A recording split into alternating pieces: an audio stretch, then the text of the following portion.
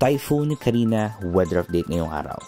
Mas lalong tumindi ang lakas ni Bagyong Carina habang papalapit ang kanyang sirkulasyon sa Taiwan.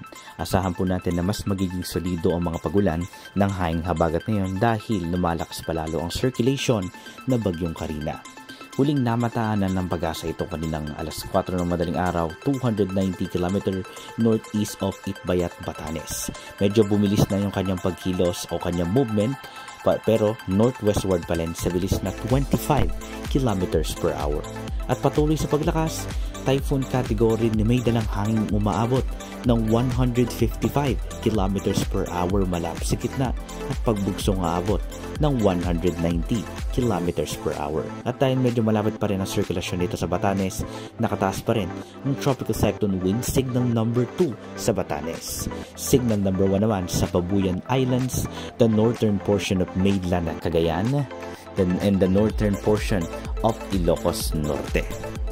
Paalala lamang, dahil mas lumalakas ang sirkulasyon, asahan ngayong araw ang matitinding buhos na ulan, lalong-lalo na sa western section ng bansa.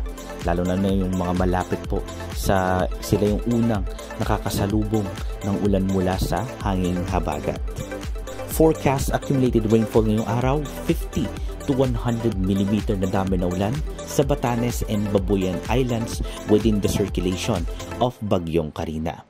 Para naman sa southwest monsoon, patuloy ngayong araw na palalakas nito ng Typhoon Carina. Asahan ang wind strong to gale force gustiness of winds and monsoon rains dito sa Ilocos Region, Cordillera Administrative Region, Nueva Vizcaya, Quirino, the eastern portion of Isabela, Central Luzon, Metro Manila, Calabarzon, Mimaropa, Bicol Region, Visayas, Zamboanga Peninsula, and Northern Mindanao.